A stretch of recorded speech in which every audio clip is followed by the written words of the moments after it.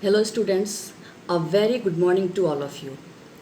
Now see, in our previous class we have solved exercise 5.1 and I have given some questions for homework also. Today we will learn the formula nth term of an AP and solve some problems related to it. Now see, we have to find the nth term of an AP. Here I discussed earlier also how we will find the nth term of an AP.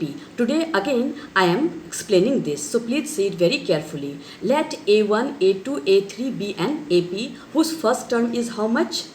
A1 is A. Here first term is A and the common difference is how much? D. Then its second term will be how much? Its second term A2 will be how much? A plus D. Is that okay? Second term will be how much? A plus D. And that D, A plus 2 minus 1, D, that is equals to how much? A plus D. So now to find the third term, what we have to do? Again A3 will be how much?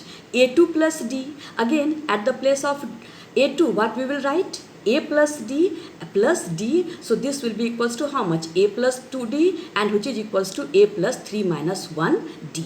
Is that okay? Similarly, we find the fourth term. Fourth term will be how much? A plus 3D, that equals to A plus 2D plus D, and it becomes A plus 4 minus 1D.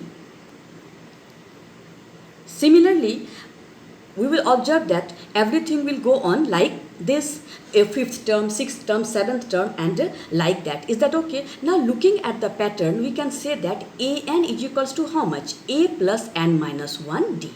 After looking at the pattern, what we can say that an is equals to A plus n minus 1D. So the nth term an of the AP with first term A and the common difference D is given by what? An is equals to A plus n minus 1 D. Is that okay? So an is also called the general term of the AP. An is also called what? The general term of the AP.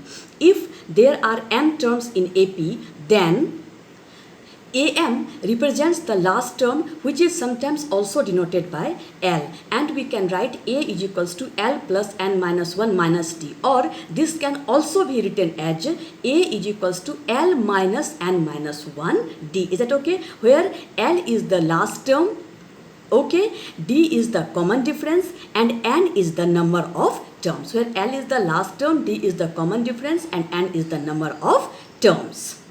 So after learning the formula an is equals to A plus n minus 1D and what? A is equals to L plus n minus 1 minus D, now we will solve one problem. Here our question is find the what? 10th term of the AP.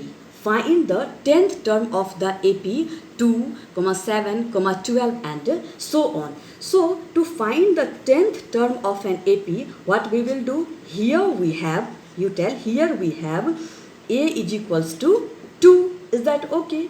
D will be how much? A2 minus A1. So 7 minus 2, that is equals to 5, and n will be how much? Just read the question. Find the 10th term. So our n will be how much? N will be equals to 10. Is that okay? Now we know that we have, what formula we know? We have an is equals to how much? An is equals to A plus n minus 1D. So let us substitute the value A10. Okay, A10 is equals to what we will write? A2 plus 10 minus 1. Is that okay? 10 minus 1, and D is our 5. So A10 will be equals to how much?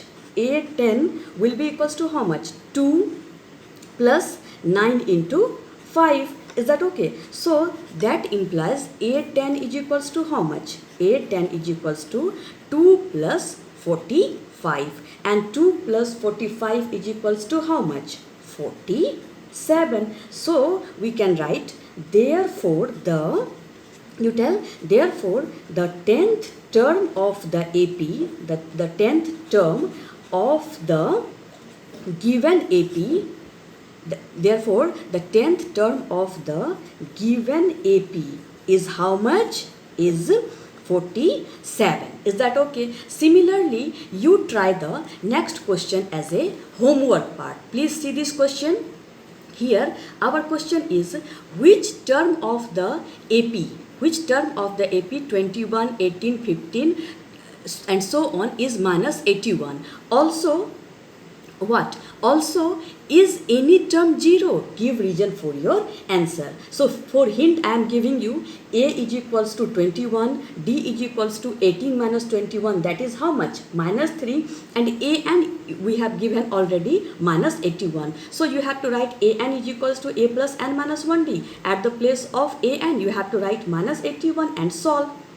After solving, you will get n, and if you will get n, then what? We want to know that is any n for which a n is equals to 0. Then we will write that whatever the value we will get, we will substitute and we will find the value of n. So, we will find that in which term our n is 0, and accordingly we will solve it. Is that okay? So, this is a homework part for you.